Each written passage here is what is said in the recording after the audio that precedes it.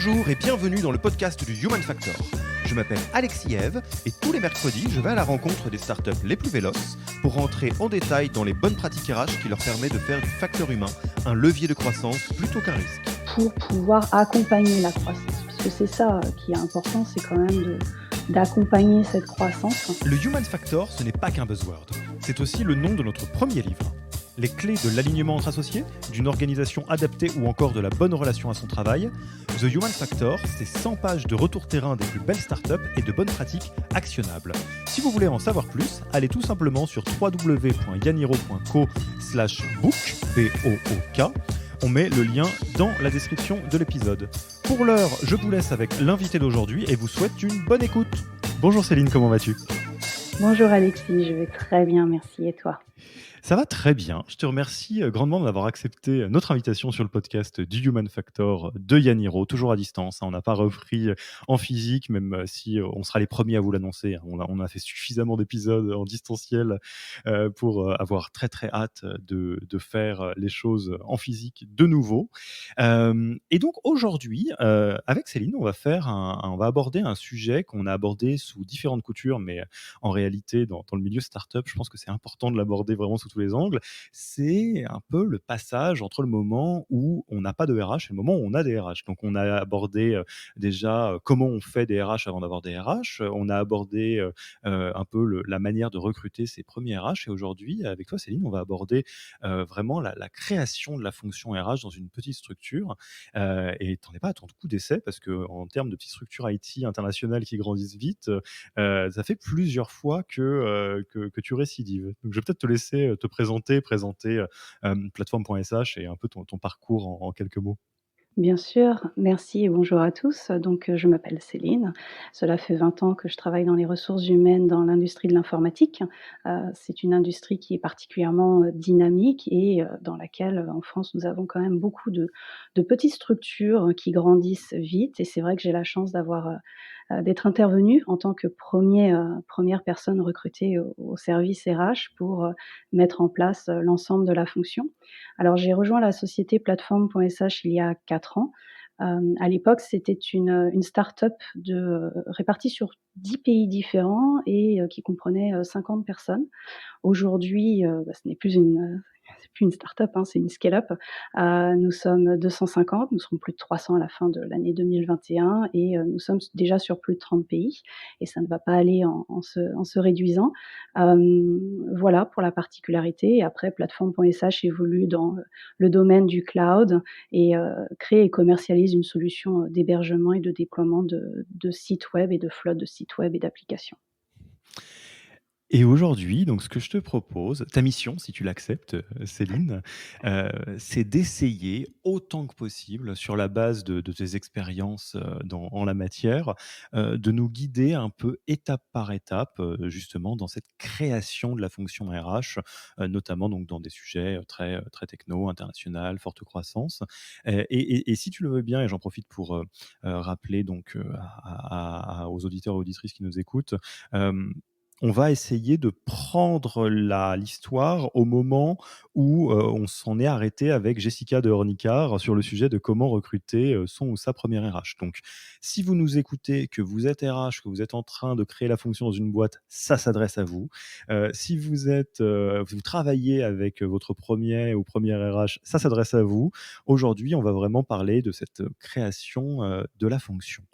Donc, j'ai envie de te dire, par quoi on commence ou qu'est-ce qui attend le ou la première RH au moment de rejoindre une boîte, dans ton expérience? Comment ça se passe?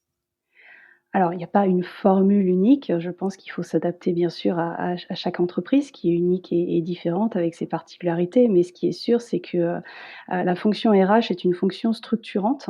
D'ailleurs, j'aime pas l'appeler RH, on l'appelle people. Voilà, ça fait moins années 80. Mais voilà, la fonction people est une fonction qui est structurante et qui souvent, quand elle arrive, dans une société qui grandit vite, assez dynamique, l'idée est quand même de prendre le train en marche, tout en faisant un état des lieux. Donc en fait, il y a une certaine dualité entre, le quotidien qu'il faut assurer, qui est visible, d'accord? Et puis il y a aussi le côté, audit, pour, faire un état des lieux et mettre en place, réfléchir à, l'ensemble de la politique, RH, rémunération, voilà, formation, carrière et cetera, pour pouvoir accompagner la croissance. Puisque c'est ça, qui est important, c'est quand même d'accompagner cette croissance. Donc il y a à la fois ce côté très opérationnel et à la fois ce côté, assez, plus stratégie de savoir vers où on va et pourquoi et comment. Et pour rejoindre ce que disait, la DRH d'Ornicar, c'est vrai que soit on a des profils, assez seniors. On peut se poser la question de prendre un profil senior, mais qui parfois va avoir du mal à faire ce côté opérationnel ou au contraire des profils plus juniors, mais avec des forts potentiels ou des gens qui viennent de l'activité, recrutement et développement et qui vont grandir sur d'autres aspects de la fonction RH. Donc, toutes ces options sont possibles bien sûr, mais ce à quoi il faut s'attendre, c'est effectivement à la fois être opérationnel et à la fois avoir, un peu cette vision, qu'il faut apporter et structurer. Donc, le message est bien passé. On va séparer un peu ces 2 casquettes, pour essayer de se mettre dans les pieds des 100 premiers jours, d'un RH ou d'une RH, un responsable people effectivement, de la fonction people. La partie prendre le train en marche. Alors déjà, ça me fait sourire que tu l'exprimes comme ça parce que ça rejoint, ce qu'on voit à peu près partout, c'est que, ben, on recrute son ou sa première âge toujours trop tard, hein. C'est un peu le principe en règle générale, c'est qu'il y a déjà, pas mal de besoins. Hem, Qu'est-ce que tu pourrais, donner comme conseil ou comme danse, ou des écueils à éviter, quand on rejoint une structure ou quand on accueille son ou sa première RH sur la partie rejoindre le train en marche qui nécessairement va, avoir un pied dans l'administratif, un pied dans le recrutement très vraisemblablement, potentiellement un peu dans le people growth aussi. Qu'est-ce qu'on fait? Qu'est-ce qu'on fait pas? C'est quoi les pièges qui vont forcément arriver? Qu'est-ce que tu peux nous témoigner? Alors les pièges, c'est, d'être englué dans l'opérationnel et de ne pas arriver justement à mettre en place, les outils, les process, les automatismes qui vont permettre justement de scaler et de gagner du temps. Ça, c'est un premier risque. Le deuxième risque, c'est, d'être, trop, justement dans la stratégie et de ne pas montrer les résultats, de ne pas parce qu'il y a la mise en place des choses et il y a les résultats. Il y a toujours un petit décalage. Or, quand tu arrives, tu es déjà attendu sur des résultats, sur des choses visibles. Donc il faut arriver à coupler les 2. Souvent quand tu arrives, hein, c'est soit parce qu'il y a un sujet de croissance, c'est-à-dire qu'il y a une vraie compréhension que, au regard du volume de recrutement à réaliser, l'intérêt de faire appel à des cabinets de recrutement ne fait plus sens, est invalidé, d'accord? Donc ça, c'est souvent une première raison et on sait que le recrutement, c'est quelque chose qui prend du temps. Surtout que souvent, dans la fonction RH, les choses ne sont pas silotées. C'est-à-dire que le recrutement ne s'arrête pas au moment où, un candidat, accepte une offre. L'expérience candidat, elle est continue et elle est tout aussi importante au moment de l'intégration. Donc il ne faut pas peaufiner le processus de recrutement et s'arrêter là. Quand tu commences à travailler sur, quel est le ton, la posture que l'on veut adopter, pour attirer les candidats qui font sens pour la société, il faut aussi travailler sur l'expérience d'onboarding et ça prend tout autant de temps. Donc en fait, la difficulté donc 1re, c'est d'être englué dans l'opérationnel, ne pas réussir à prendre le temps de faire cette analyse nécessaire. L'autre difficulté, c'est d'être trop dans la stratégie. Donc il faut trouver le juste milieu pour montrer qu'on sait faire les choses et que ça va s'améliorer avec le temps, et que ça va aller de plus en plus vite et qu'on sait scaler, mais aussi mettre en place les bons process qui libèrent du temps pour tout le monde aussi, pas seulement pour la RH. Mmh. Donc, est-ce que quelque part, une pratique qu'on pourrait, donner encore une fois, j'essaye de me mettre dans les chaussures de ceux ou cette, responsable people, et de toutes les personnes qui l'accueillent. Est-ce que la bonne pratique, alors qui est valable pour pas mal d'autres jobs, hein, par ailleurs, c'est à la fois de prendre des dossiers en cours, que ce soit des dossiers de recrutement, tout en apportant, bah, la touche, tu parlais d'onboarding, ce qu'un cabinet ne fera pas mécaniquement, enfin, c'est pas leur responsabilité. Tout en commençant en parallèle à lancer le travail de diagnostic, d'audit, enfin en gros de bien, s'assurer d'avoir du temps dans Mmh. l'agenda pour les 2 pour pas se retrouver, soit, avoir le poids du corps qui penche trop vers l'un ou trop vers l'autre.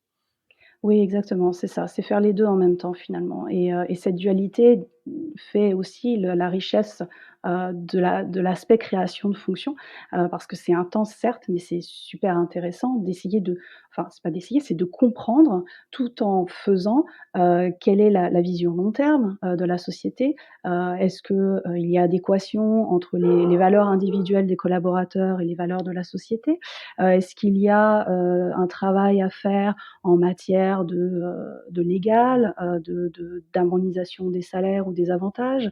Et tout ça, il faut le faire en même temps. Donc souvent, la première chose à faire, parce que c'est quand même relativement des petites structures, tu vois? Quand tu arrives, il y a peut-être 40, 50, 60 personnes, i tu peux très bien, à la fois, organiser entre 3 et 5 rendez-vous individuels par jour qui te permettent justement de prendre cette température, de prendre la mesure de qui sont les collaborateurs, qu'est-ce qui fait qu'ils ont eu envie de rejoindre la société au départ, qu'est-ce qu'ils trouvent au quotidien, qu'est-ce qu'ils envisagent pour le futur pour eux, et ça te permet en même temps de te positionner sur, voilà le service que je vous apporte. Vous n'avez peut-être jamais vu de RH, donc voilà à quoi je sers, voilà les sujets sur lesquels je vais travailler avec vous et voilà les services que je peux vous proposer. Donc, en faisant ça, tu prends la mesure, tu comprends, la culture de l'entreprise et ça te permet de mieux la formaliser pour avoir la bonne posture vis-à-vis souvent du recrutement qui est souvent la première activité quand tu arrives quand même. Et alors justement, sur cette activité, comme sur les autres, comment est-ce que alors encore une fois, oui, j'imagine qu'il y a pas de manière unique, mais en tout cas, toi, comment tu t'y es pris et qu'est-ce que tu as observé qui fonctionne bien ou au contraire qui a pas très bien fonctionné? Comment est-ce qu'on fait, ce diagnostic, cet audit ou en tout cas ce travail d'état des lieux, de rapport d'étonnement, de la bonne manière? Alors je pose la question sur 2 niveaux. Déjà, qu'est-ce qu'il faut regarder? Parce que la fonction people, elle est vaste, elle est très large, hein. Ce n'est pas que Chief Recruitment Officer, hein, évidemment. Mmh. Et d'autre part, comment alors ça, c'est une question qui serait valable pour le coup, encore une fois, pour tous les jobs. Comment est-ce qu'on trouve le juste équilibre entre, arriver avec une expertise, parce que forcément, on arrive aussi pour apporter une valeur, qui n'était pas présente dans l'entreprise et qui était difficilement créable sans, les compétences qui vont avec. Mais sans être trop contrariant, en arrivant en disant: «Bon alors ça c'est nul, ça c'est nul, ça c'est nul, ça vous êtes dans l'illégalité, vous ne le savez pas» et cetera et cetera. Alors oui, c'est une bonne question. Effectivement, une fois que tu as fait la tournée des popotes, si je puis m'exprimer ainsi, pour essayer justement d'évaluer la réalité terrain, la réalité rencontrée, tu as déjà, avant d'arriver, pris toutes les informations, externes disponibles concernant l'entreprise. Donc tu vois très bien s'il y a un gap entre l'image depuis l'extérieur que tu avais et ce que tu rencontres en discutant avec les gens, d'accord? Ça, c'est la première chose, parce que s'il y a un gap, c'est souvent la première chose à travailler. Et bien sûr, quand tu arrives, la fonction RH, elle est dispatchée. Souvent, il y a le côté finance qui a en charge la gestion du personnel, la paye, et qui a ces informations concrètes. Donc tu prends les contrats, tu les relis, tu vérifies s'ils sont bien homogènes. Donc ça, c'est relativement facile à faire puisque le droit social en France est quand même, assez étoffé, assez encadré. Donc on a les informations, on voit bien ce qui est en ligne et ce qui ne l'est pas. Et ça te permet de vérifier si tu as des bases solides, parce que de toute façon, tu peux rien construire si tu es pas sur des bases solides. Donc, tu discutes avec les gens, tu revérifies, l'aspect, légal, conformité et en même temps, tu travailles sur cette communication, tu vérifies qu'il y a alignement. S'il y a pas alignement, bah, tu sais que tu dois travailler court terme sur justement, tout ce qui est communication interne et externe pour, que les valeurs de la société et l'image affichée, à l'extérieur soient bien alignées. Ça répond à ta question? Ça répond à une bonne partie, de ma question, je pense et la question, en fait, que ça m'évoque tout de suite, c'est, dans les premiers temps, les interlocuteurs et interlocutrices clés, de cette responsable ou de ce responsable people, est-ce que c'est mécaniquement, beaucoup de temps avec les founders? Est-ce que c'est le responsable financier? J'imagine c'est un peu tout ça, mais Alors, généralement, les fondateurs, tu discutes avec eux, avant. C'est-à-dire que tu vérifies qu'effectivement cette société, par les valeurs qu'ils convey en anglais, sont bien en ligne avec ce que tu recherches et ce que tu sais faire, d'accord? Donc souvent, moi, le rapport avec les fondateurs, finalement, il est beaucoup avant et quand tu arrives, tu prends la main sur, le rapport individuel avec l'ensemble des collaborateurs, avec les managers et effectivement, tu vas voir aussi, le service financier. Souvent, soit le service RH est inclus dans le service financier, tu vois? Quand, la société est petite et quand elle grandit, ensuite, ça devient une fonction à part. Soit elle est déjà à part, mais de toute façon, ce travail avec la finance, il est fait parce que c'est souvent eux qui ont, toute cette, charge quotidienne, concernant les RH et donc tu fais une grosse collecte d'informations et d'historique des données, dans ce département. Mmh. OK, non, je vois bien pour le socle et du coup, la question qui se pose immédiatement, c'est ce qu'on va construire sur ce socle. On parle effectivement de créer la fonction RH, ou people plutôt notamment dans des structures qui vont très, très vite et qui ont donc beaucoup de besoins et la manière dont je te propose de l'aborder, c'est si tu le veux bien sous un angle, d'exhaustivité, si je puis dire. Pourquoi je te propose cet angle-là? Je pense, alors pour passer un petit peu de temps en start-up avec, des personnes qui sont, pré-RH ou post-RH, quelque chose qui est assez frappant, c'est que, la complétude, j'allais dire, ou la totalité de ce que recouvre la fonction RH est assez mal compris. En start-up, en général, on va commencer à recruter ce qu'on disait, des RH quand on commence à être dépassé sur les sujets de recrutement. Et le reste arrive un peu en cours de route en disant: «Ah tiens, mais administrativement, je ne savais pas que. Ah oui, c'est vrai que la REM, on pourrait mettre un petit coup de balai dessus. Ah oui, mais en fait, les carrières pass, et cetera, c'est un truc». Hem, Si on parle vraiment de créer la fonction RH dans une logique, de scaler, de créer quelque chose qui va, tenir, qu'on soit 50 ou 100, 200, 500. Est-ce que tu pourrais nous dire un peu de manière exhaustive les différentes zones sur lesquelles, il faut commencer à travailler et peut-être qu'après on regardera zone par zone, des bonnes pratiques du genre, je pense à ça parce que l'un des derniers épisodes en date était sur les sujets d'automatisation, et de RH hacking si on peut dire et de se dire: «Non mais en vrai, il y a pas trop de raisons de pas utiliser Payfit, sur la paye», entre autres choses par exemple. Donc, mais déjà, est-ce que tu peux nous faire une petite vue d'hélicoptère de la fonction people en startup pour des personnes qui sont pas très familiers avec ça?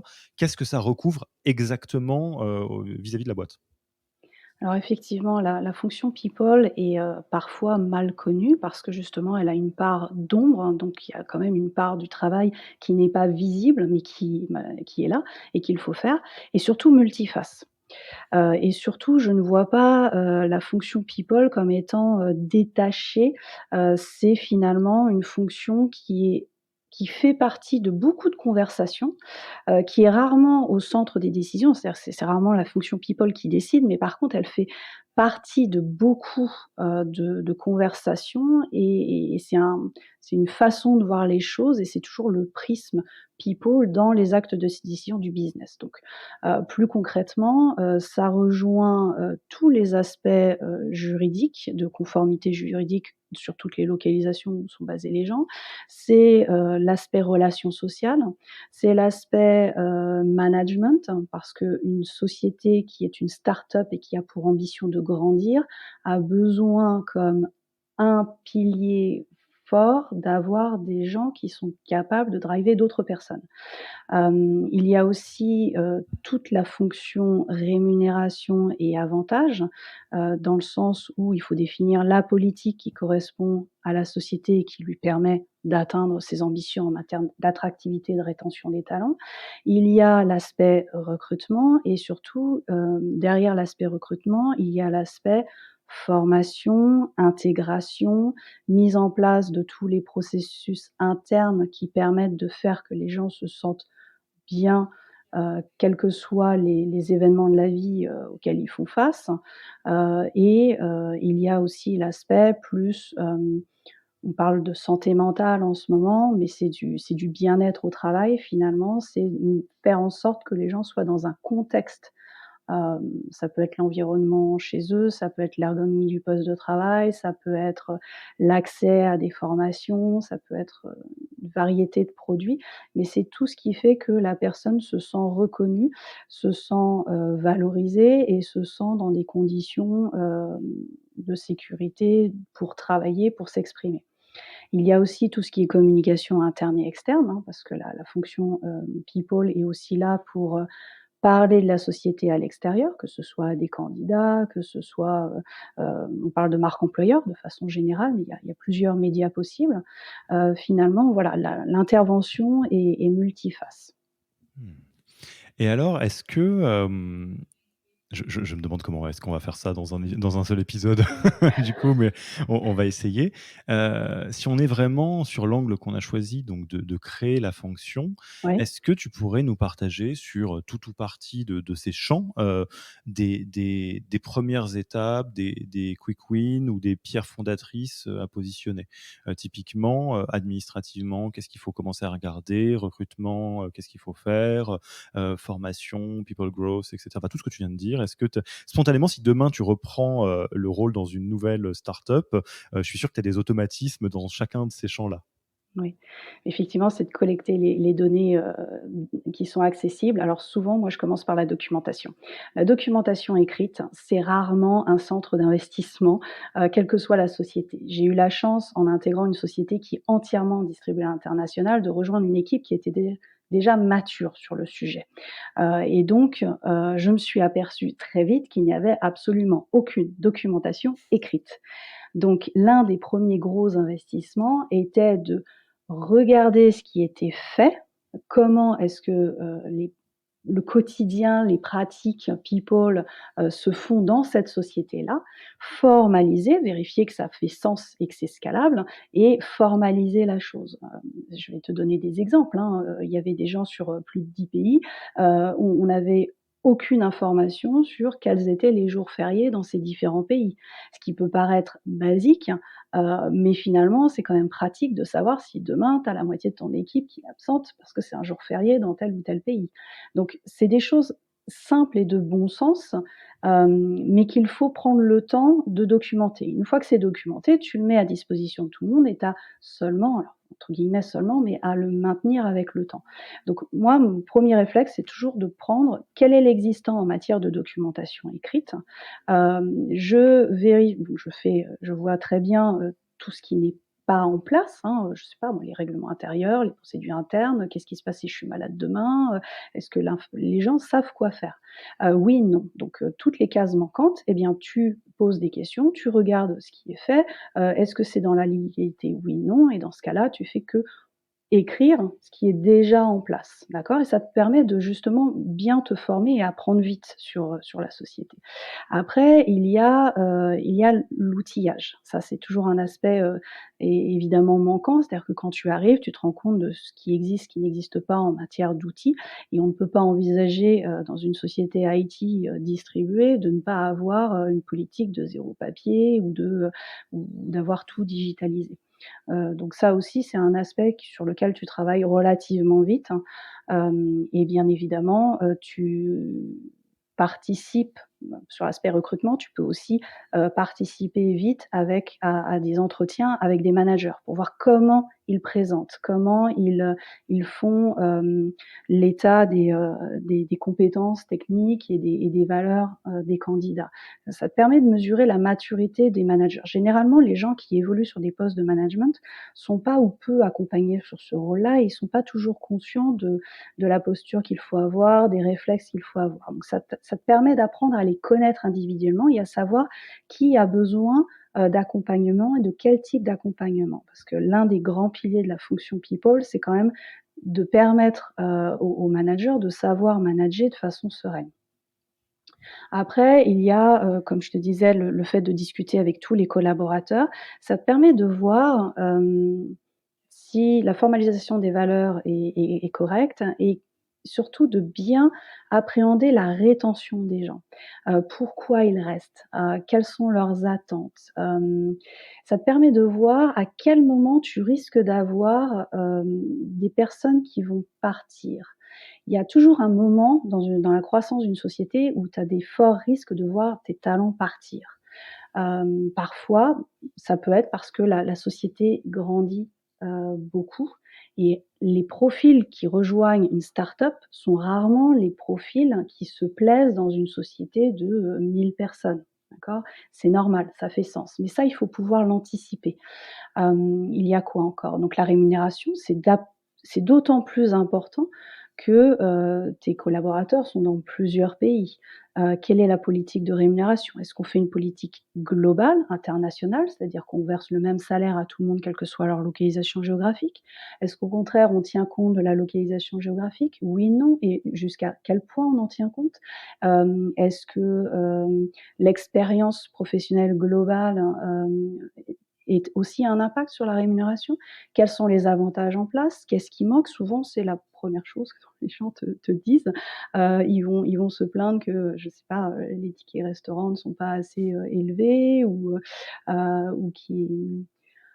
souvent ça peut être aussi sur les accès à des activités sportives, tu vois? C'est souvent ce genre de choses. Donc, c'est facile à faire parce que l'existant finalement, l'historique est pas si, grand et ça te permet de voir, très facilement tout ce que tu peux mettre en place, qui permet de faciliter la vie des gens. Tu fais aussi assez vite avec cet état des lieux, des salaires, des rémunérations, de l'ancienneté, tu mets en place des indicateurs et tu vois très vite si, le nombre de postes vacants, c'est-à-dire est-ce que c'est le recrutement qui va te prendre beaucoup de temps dans un premier temps, ou au contraire tu as un fort turnover et là, quelles sont les questions à se poser pour comprendre pourquoi, il y a ce fort turnover? Tu mesures la satisfaction des employés justement via ces rendez-vous individuels que tu fais en arrivant. Ils te font part, des éventuels griefs ou des éventuels, manques de communication. C'est souvent ça aussi. Le rôle de la fonction people en arrivant, c'est, de vérifier les canaux de communication et qu'est-ce qui manque dans la communication? C'est-à-dire est-ce que les informations sont bien remontées, heu, au niveau de la hiérarchie? Est-ce que les décisions prises ou les informations qui doivent être transmises à l'ensemble des salariés se fait correctement?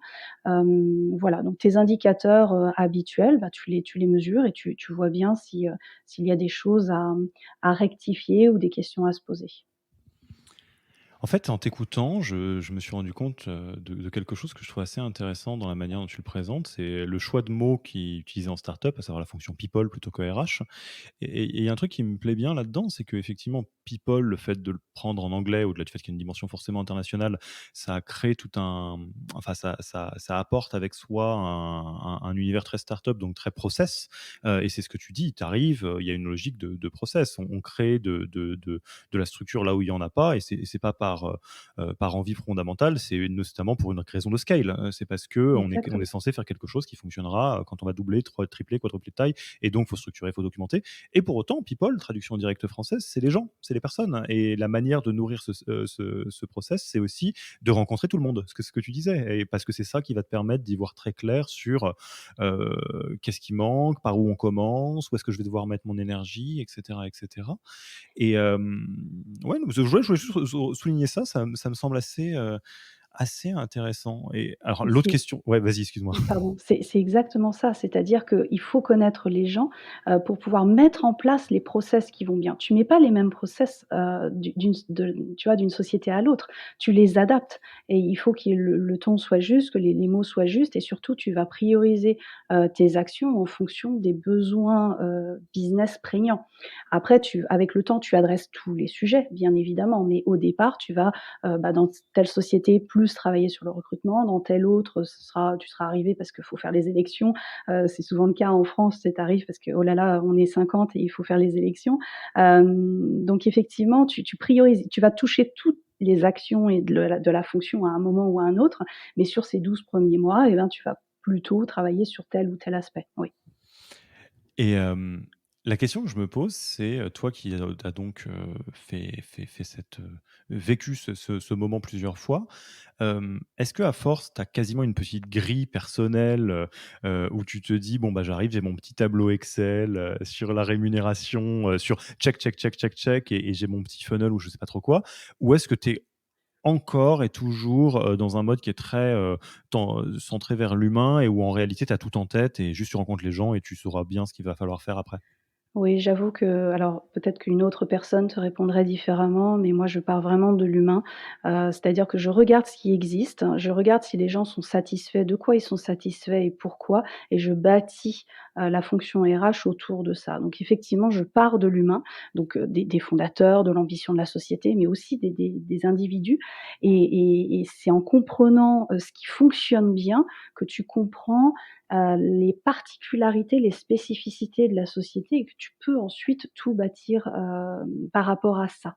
Donc oui, non, j'ai tendance à partir de l'humain. J'ai bien sûr, on connaît les salaires marchés, mais finalement, la politique salariale, ce n'est que un un prisme, parmi d'autres qu'il faut adopter, et ce n'est pas le premier, ce n'est parfois même pas le plus important, et à partir du moment où les gens ne sont pas sous-payés, ce n'est pas un sujet. Ce qu'il faut, c'est regarder la globalité, c'est-à-dire, l'environnement de travail, la culture de l'entreprise, les possibilités d'évolution, la curiosité intellectuelle sollicitée, l'autonomie sur le poste, le niveau de responsabilité, et tout ça fait partie de cette culture.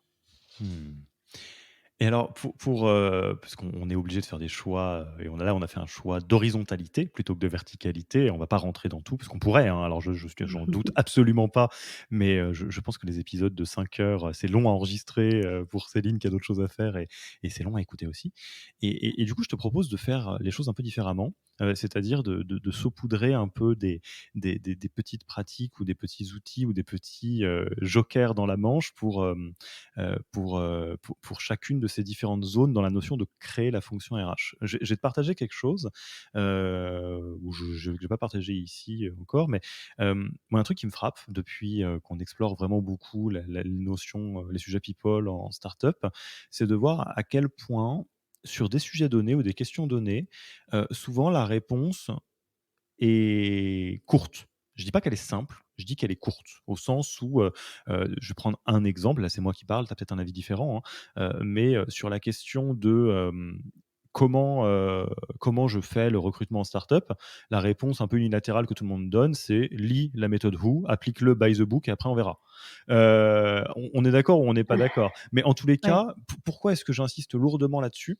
C'est qu'il y a un biais que j'observe en startup. Alors encore une fois, ça n'engage que moi, hein, sortez les fourches si vous n'êtes pas d'accord. C'est que vu que par nature, on est dans des métiers dans lesquels l'innovation et le côté disruptif est assez fort, enfin, on est là pour créer quelque chose de nouveau, on peut être tenté d'innover de partout, alors que des fois, il y a des options, des choses qui existent, qui fonctionnent très bien. Donc toute cette longue introduction pour te demander, est-ce que, tu aurais sur chacun de ces sujets, donc rémunération, recrutement, carrière pass, ou les sujets administratifs, des petites, bottes secrètes, que ce soit des outils, des tools, ou des livres ou des ressources ou des blogs ou à peu près n'importe quoi que tu pourrais partager en disant, bah, mettez ça dans votre sac à dos et au moment de créer la fonction RH, vous allez déjà vous simplifier la vie énormément quand il s'agit de construire quelque chose pour une boîte qui grandit vite. Alors j'adorerais te donner des outils comme ça tout faits. Je connais effectivement la méthode, Who, puisque j'ai lu le livre. J'avoue que l'implémenter dans une structure start-up, je ne l'envisage pas. C'est vrai que les réponses sont souvent courtes parce que, par définition, quand tu travailles en start-up, tu es toujours sur beaucoup de projets en même temps. Donc il faut savoir aller très vite, donc aller à l'essentiel. En plus, dans l'IT, ce qu'il faut bien savoir, c'est que tu as quand même, dans 80 des cas, affaire à des ingénieurs. L'ingénieur n'aime pas lire. L'ingénieur va droit au but, il est factuel, il est logique, et il faut adopter cette démarche. Donc le meilleur outil que je puisse donner, et qui moi me sert mais tout le temps, c'est tu dis ce que tu fais et tu fais ce que tu dis. C'est-à-dire que tu as ton idée sur quelles sont les choses à mettre en place, les priorités, et pendant longtemps, je faisais ça dans mon coin sans en parler, et je me suis, rendue compte avec l'expérience que c'était absolument pas la chose à faire. C'est-à-dire qu'il faut continuer à avoir cette idée, cette vision, être à la fois opérationnel et stratégique, mettre en place la stratégie que tu as, mais il faut pas la garder en tête. C'est-à-dire qu'il faut bien communiquer en interne, et ça correspond pas toujours en fonction de la personnalité de la personne, mais il faut vraiment faire cet effort de communiquer, à la société dans le sens management ou l'ensemble des collaborateurs et des managers sur: «Voilà ce qu'on va mettre en place, voilà les résultats attendus, voilà le temps que ça va prendre. Donc aujourd'hui, on se concentre sur tel aspect, on va mettre tel outil en place. Une fois qu'on est serein sur le paramétrage, le fait que ça fonctionne, qu'on a automatisé pardon, toutes ces ce travail manuel qui nous prend énormément de temps et qui n'a pas de valeur, alors on passe au sujet suivant. Et c'est ainsi en fait que généralement je procède, c'est-à-dire que cette période, les quelques premières semaines où je fais ma tournée des porte-potes, je comprends, quels sont les pain points, là où il faut gagner du temps. Je prends en main les sujets, c'est-à-dire que je le fais manuellement, mais j'outille en même temps. Et une fois que c'est automatisé, on passe à autre chose. Et ensuite, tu peux bâtir un reporting automatisé sur tous les outils que tu as mis en place. Et là, tu peux commencer simplement à travailler sur les ajustements, sur les sujets plus stratégiques business pour, la société. Ça répond à ta question? Alors non, j'étais en train de me dire que c'est un pas de côté, hein, parce que tu ne nous dis pas, les différents outils Alors sur chaque endroit, mais tu as raison. Mais cela dit, je vais saisir la balle au bond de ce que tu viens de dire, parce que je suis tout à fait d'accord et je vais, paraphraser avec un prisme différent, mais qui nous sert au quotidien sur les sujets, typiquement d'entreprise.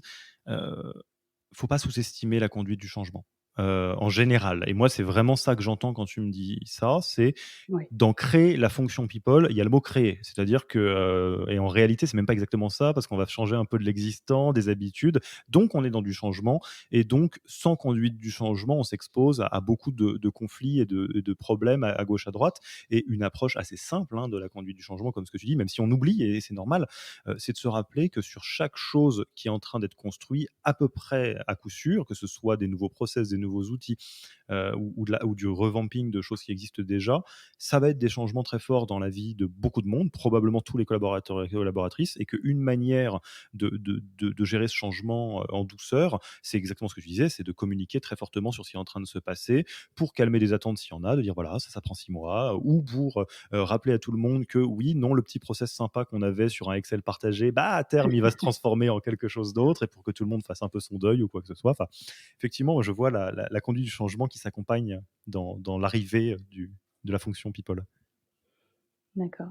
Après, je peux te donner les outils que nous utilisons aujourd'hui, chez plateforme.sh, mais la difficulté que je vois dans, l'adoption d'un outil, c'est que souvent tu es une petite structure, donc tu n'as pas accès à certains gros outils et en même temps, le niveau d'exigence est quand même, assez important. C'est-à-dire que tu veux un outil qui fasse tout sans faille, qui soit absolument automatisé et qui fasse l'international. Ma deuxième grande difficulté, c'est, d'avoir des outils qui fassent effectivement qui aient toutes les fonctionnalités que je recherche, mais qui sachent travailler sur l'international. Et la grande difficulté dans la fonction people, c'est qu'on a cette culture très, locale. J'ai fait mes études en France, je vis en France. J'ai une vision très européenne, de la fonction et je constate au quotidien des différences culturelles, des différences de vision fondamentales lorsque je discute avec des personnes qui sont en Asie, avec des personnes qui sont aux États-Unis et ça se ressent, dans tous les droits sociaux qui sont très localisés.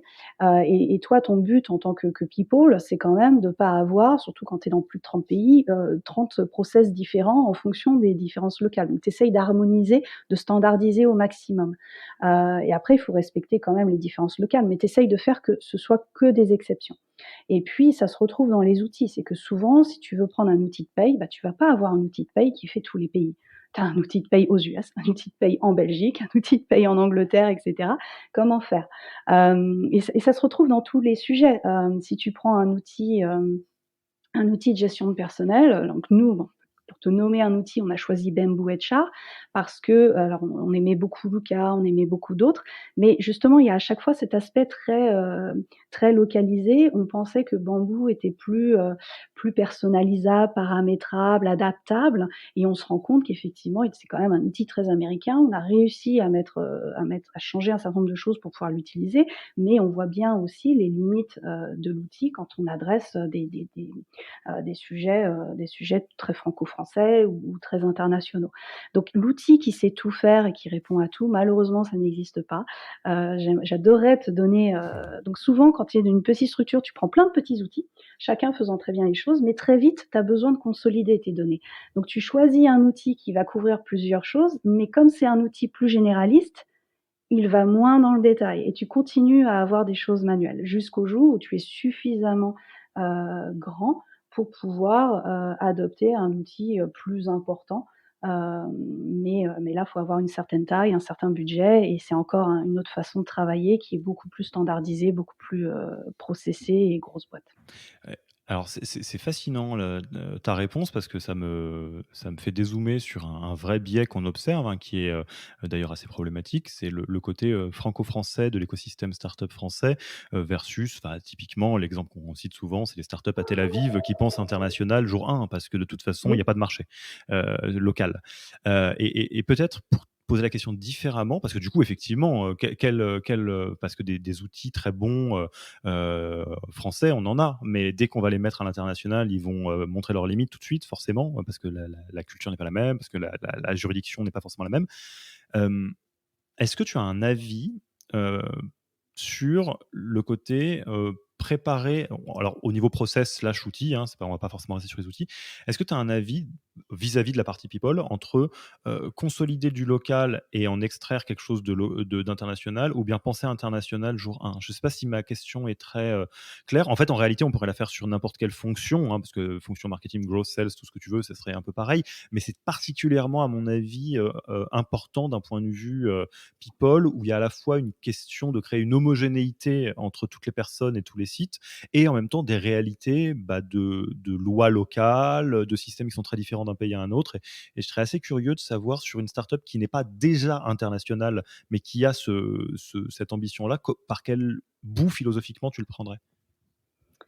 Alors effectivement, naturellement, tu adoptes les habitudes, des locales. C'est-à-dire que si tu ne recrutes qu'en France, pour donner cet exemple-là, tu ne vas te poser la question de l'international qu'au moment où tu veux attaquer le marché, américain, anglais, japonais, que sais-je. Et quand tu commences à recruter des personnes localement, là, ces personnes te font des demandes, te dem ont des habitudes de travail et des cultures différentes et t'obligent à t'adapter. C'est souvent comme ça que ça fonctionne. Et ça, c'est assez inévitable. C'est difficile pour, des fondateurs d'adopter, des process qui seraient adoptés, universellement, alors qu'ils n'ont que des populations, locales et en prévision de leur croissance internationale.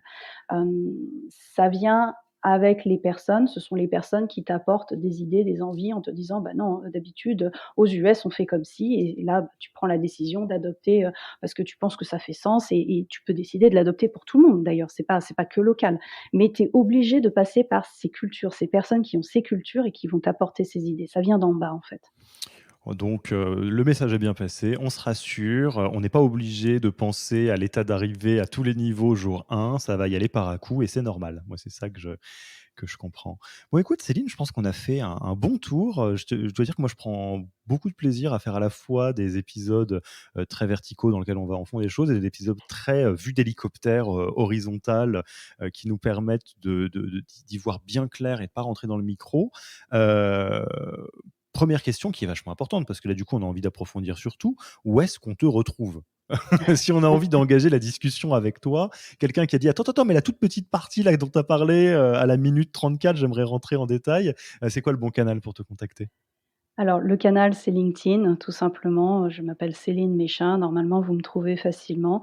Je discute toujours avec des collègues, d'horizons différents parce que c'est comme ça qu'on grandit. Il faut comprendre que, bah, moi j'ai quand même beaucoup souvent été seule dans mes fonctions et qu'il est important justement d'apprendre, ce qui se fait, dans d'autres structures parce qu'on se pose tous les mêmes questions à un moment ou à un autre et on ne peut grandir qu'en travaillant ensemble donc au contraire, je suis plutôt à l'affût et je suis toujours disponible pour discuter, donc LinkedIn, c'est le meilleur canal. Top. Et alors, quel livre, podcast ou blog tu recommanderais, aux auditeurs, aux auditrices, sur ce sujet, sur un autre? Qu'est-ce que tu as envie de partager? Alors oui, j'ai beaucoup lu à une époque, je lis beaucoup moins maintenant. Un livre qui m'a marquée, au départ et pendant quelques années, c'était Les 7 habitudes de ceux qui réalisent, tout ce qu'ils entreprennent, qui est très, très, connu. Aujourd'hui, je suis plus sur, du blog, donc j'aime beaucoup le site Medium. Parce qu'il n'est pas que RH, il y a plein de questions business, entrepreneuriat et cetera qui sont plutôt, pratiques, hein, et qui te donnent une certaine culture business et en même temps, c'est rapide à lire. Et j'aime beaucoup les podcasts, donc bien sûr j'écoute, le tien, mais il y a aussi Le Gratin de Pauline Léniaud que j'aime bien parce que justement, c'est un entrepreneur qui interroge des entrepreneurs, et j'aime beaucoup parce que c'est rafraîchissant et parce que ça me sort du quotidien purement people et RH et ça me permet de me souvenir: «Ah oui, l'objectif business, c'est ça» et il faut toujours se raccrocher à un objectif business. J'aime bien aussi, alors sur un autre sujet plus recrutement, le podcast, de l'école du recrutement. Ça s'appelle, Radio LEDR. Je crois qu'il y a pas beaucoup d'épisodes, ils sont pas peut-être trop très actifs, j'ai l'impression, mais c'est souvent intéressant. OK, top. Et enfin, tu connais, notre tradition qu'on adore de passage de sinon de flambeau, au moins de micro. Qui est-ce que tu aimerais, voir, ou entendre plutôt dans un prochain épisode? À qui est-ce que tu passes ton micro? Alors, je ne veux pas prêcher pour ma paroisse, hein, mais j'ai dans mon équipe depuis peu de temps une personne qui est assez atypique parce que, plusieurs vies, plusieurs métiers, c'est un ancien journaliste notamment, passionnant, sur tout un tas de sujets variés. Il s'appelle Pierre-Arnaud Bouillet. Donc l'idée, ce serait pas de parler de plateforme.sh, mais vraiment de voilà, il a une expérience vraiment atypique, très riche, très intéressante. Il démontre qu'avoir plusieurs vies professionnelles, c'est tout à fait possible. Alors après, il y a une personne qui, moi, m'a beaucoup marquée, mais elle est anglaise, elle ne parle pas français, c'est, Claire Wright. C'est la DRH de Jardine Motors Group et voilà, je lui fais juste un petit coucou, un petit hommage, mais elle ne parle pas français. Un petit shout out comme on dit, maintenant. OK, bah, écoute Céline, je te remercie, beaucoup pour, d'être passée, par chez nous, hein, dans le podcast pour, aborder, ce sujet. Je te remercie beaucoup pour ton temps et puis moi, il me reste plus qu'à te dire, à très vite et à bientôt. Merci, à bientôt et bonne continuation à toi, Alexis. Au revoir. Merci d'avoir écouté cet épisode. S'il vous a plu et que vous ne voulez rater aucun nouvel épisode, abonnez-vous à la newsletter en allant sur le site www.yaniro.co. Et à mercredi prochain pour le prochain épisode.